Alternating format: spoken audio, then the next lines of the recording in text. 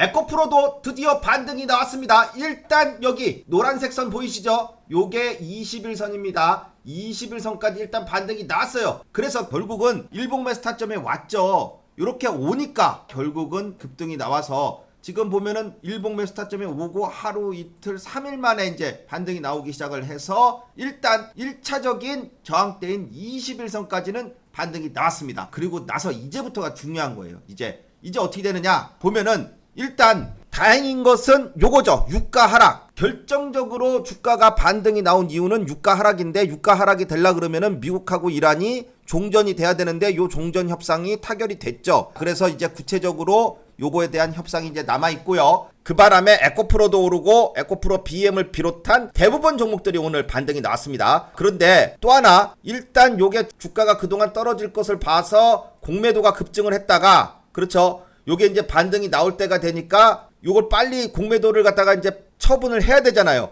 그게 이제 쇼커버링이라는 거죠. 요 쇼커버링을 하게 되면은 빌렸던 물량을 사야 되기 때문에 매수세가 들어오는 거예요. 그래서 물량이 유입되니까 추가적인 반등이 나온 이유도 있어요. 그리고 헝가리 양극재 공급하고 있죠. 이것이 이제 하반기에는 실적이 턴어라운드 될 거라는 기대감도 같이 작용을 하면서 반등이 나왔는데, 요거는 이제 이렇게 오른 이유고, 그 다음에 중요한 것은 추가적인 반등이 더 나와야 되잖아요. 여기서 그죠? 21선을 이제 돌파해서 다시 한번 15만원 16만원대로, 여기가 지금 지난번에 15만원에서 16만원 사이니까 이 부분까지는 최소한 다시 올라와 줘야 되는데, 요게 요렇게 됩니다. 이제 잘 봐요. 이번 주 6월 18일 날 한국 시간으로 새벽 3시입니다. 목요일 새벽 3시. 이때에 미국 FOMC에서 금리 발표를 해요. 금리 발표를 하는데 대부분 90% 이상은 동결될 거라고 지금 보고 있습니다. 그러면 동결되면 다행이지 않느냐? 아니에요. 이게 이제 중요한 게, 동결이 된다는 거는 거의 뭐 90% 이상은 그렇게 될 거라고 보고 있기 때문에 주가에 큰 영향이 없을 수 있지만,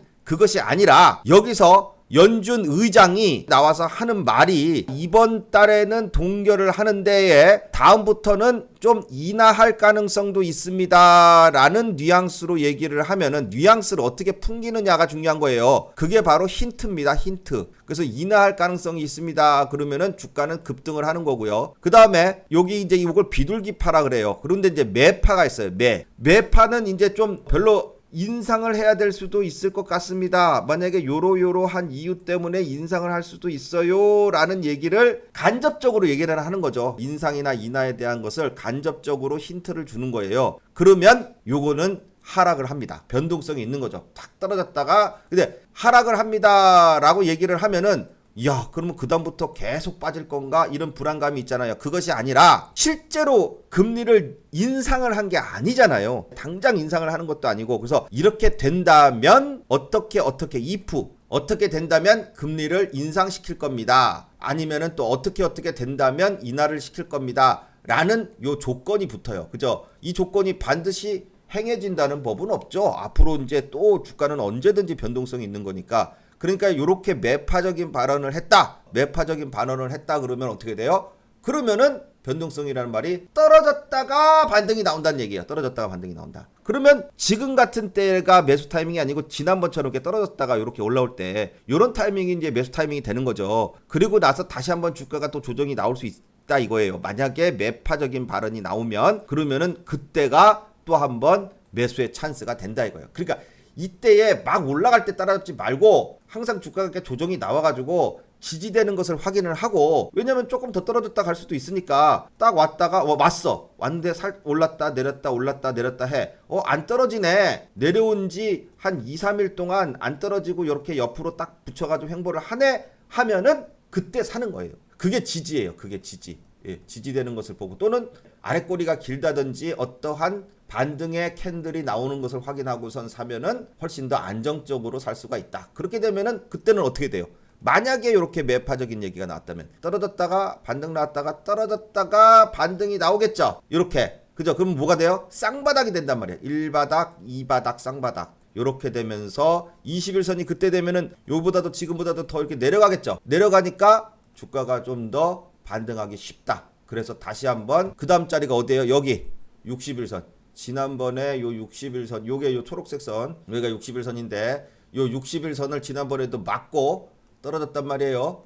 그런 것처럼 요번에도 또 올라오면은 요 60일선이 일단 여기 20일선이 1차 저항대, 그 다음에 60일선이 2차 저항대 이렇게 됩니다. 자, 그래서 1차 저항대는 맞고 떨어졌다가 돌파를 하게 되면 2차 저항대하고 그 다음에 어디에요? 요 60일선 있는 부분하고 그 다음에 지난번에 올랐다가 떨어졌던 요 전고점 있죠? 전고점의 줄을 쫙 그어보면 여기네요. 그죠? 여기가 바로 또 한번 이렇게 반등이 나왔을 때에 저항대가 된다 이거예요. 아셨죠? 그래서 에코프로는 천년만년 들고 있는 게 아니라요. 제가 말씀을 드리지만 항상 이렇게 왔다가 반등 나왔다가 또 떨어졌다가 반등 나왔다 이러잖아요. 그러니까 요거를요 계속 들고 있는 게 아니라 지금 위에 계신 분들은 이렇게 내려왔을 때에 타이밍을 맞춰가지고선 추가 매수를 해서 평단가를 낮춰놓는 것도 중요하다 이겁니다. 그렇게 해서 제가 이렇게 또 준비를 했죠. 자, 에코프로, 그 다음에 에코프로 BM까지도 두 종목, 에코프로 BM이 여러분들이 가지고 계신 평단가가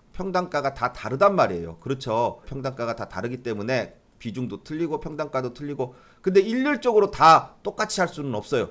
그래서 이렇게 평단가가 다른 경우에 매수 타점, 또 손절 여부, 반등 시 탈출 구간 요런 게 전부 다르다. 그래서 요거에 따라서 세부적으로 제가 딱 맞춤 컨설팅을 하듯이 여러분의 평단가에 맞춰서 세부적인 대응 방안을 딱 적어서 보내드립니다. 요 아래 연락처 있죠? 요 연락처에다가 문자에 에코프로면 에코프로 평단가 뭐 15만 8천 원, 에코프로 BM은 뭐 22만 5천 원 이런 식으로 딱 요렇게 예를 들어서 적어주세요. 에코프로 BM이면 에코프로 BM, 에코프로면 에코프로 이렇게 평단가를 딱 적어서 보내주시면 맞춤 대응 전략을 제가 딱 만들어서 여러분께 보내드립니다. 이렇게 지금 올라갔다가 또 한 번 조정이 나올 수 있는 때가 왔어요. 물론 그냥 반등이 나올 수도 있지만 일단 저항대에서는요 부정이 나올 수 있다는 것을 항상 염두에 두고 조정 시에 지지받는 것을 보고 매수를 하든지 추가 매수를 하는 것이 좋다 이렇게 말씀을 드립니다. 그렇게 해서 에코프로가 일단 21선까지 올라왔다. 그래서 이제 이번 주 내일부터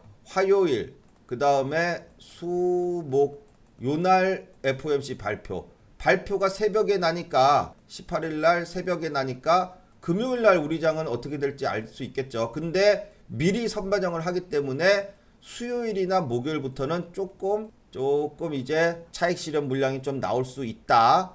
물론 좋게 나올 거라고 예상을 하면은 그냥 급등을 해버리는데 그렇지 않고 조금 FOMC에 대한 영향을 좀 받겠구나. 그렇게 시장에서나 어떤 기관에서 외국인들이 예상을 한다면은 일부 조정이 나올 수는 있다. 하지만 그 조정 기회가 또 한번 반등의 찬스가 된다. 이렇게 말씀을 드립니다. 그래서 이렇게 됐을 때에 내가 과연 어디서 어떻게 빠져나올 것이냐 요것을 여러분들께 맞춤 대응 전략을 짜서 보내드리니까 꼭 여러분들 받아서 보시기 바랍니다. 그 다음에 에코프로 BM입니다. 에코프로 BM도 오늘 급등이 났어요. 결국은 어때요? 일봉 매수 타점 마지막 지지 타점에 왔죠. 이렇게 오고 이때도 오고 나서 하나 둘 셋 넷 3일 만에 3일 지지하고선 그 다음에 반등이 나오기 시작해서 오늘 급등이 나왔고 일단 요 에코프로 BM도 크게 보시면은 요 19만원대 여기 봐요. 뭐가 있어요?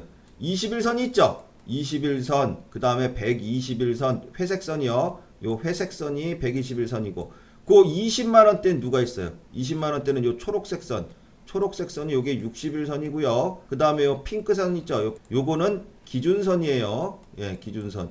그래서 각종 지지 저항을 나타내는 선들이 19만원에서 20만원 사이에 포진을 하고 있죠. 그러면 여기가 바로 뭐가 되는 거예요? 여기가 일단 19만원대에서 20만원 사이가 저항대가 되고요. 그 다음에 만약에 FOMC 때문에 조정이 나온다. 그럴 경우에는 다시 한번 요 지지를 받았던 일단 5일선 부근이 이제 17만원대가 되고요. 만약에 전저점 16만원대가 온다 그러면은 또 한 번 일봉 매수 타점에서 자리가 올 수도 있죠. 근데 여기까지 내려올지 안 내려올지 그건 몰라요. 그렇죠. 그렇지만은 일단 올랐기 때문에 차익 실현 물량과 여기 아까 말씀드렸던 이러한 자리들이 저항대가 되기 때문에 이 저항대에서는 최소한 매수는 하지 말라는 겁니다. 이런 자리가 매수 자리가 아니고요. 매수는 이런 데서 하는 거잖아요. 최소한. 그렇죠? 이런 데 내려왔을 때 또는 5일선 위에 올라탔을 때 이런 데가 매수의 타점인 거고 지금은 이제는 매도 또는 아직 매수가가 안 왔다 그럼 좀 기다리더라도 내려오면은 추가 매수 타이밍으로 봐야겠구나 요렇게 하면서 자리를 기다려야지 그냥 올라간다고 해서 물론 여기 사가지고 내일부터 급등을 하면은 또 그것도 맞는 말이지만 지금 상황이 요렇다. 그래서 이제 반등 이후에 요러한 부분들 제가 지금 말씀드렸던 요러한 FOMC가 이번 주 최대의 이슈가 된다. 그래서 요것을 한번 잘 지켜보면서 추가 매수 타이밍과 또 반등의 타이밍을 보는 것이 맞다. 이렇게 설명을 드리도록 하겠습니다. 자, 오늘 영상은 여기까지 하겠습니다. 다음 시간에 또 좋은 내용으로 찾아뵙겠습니다. 감사합니다.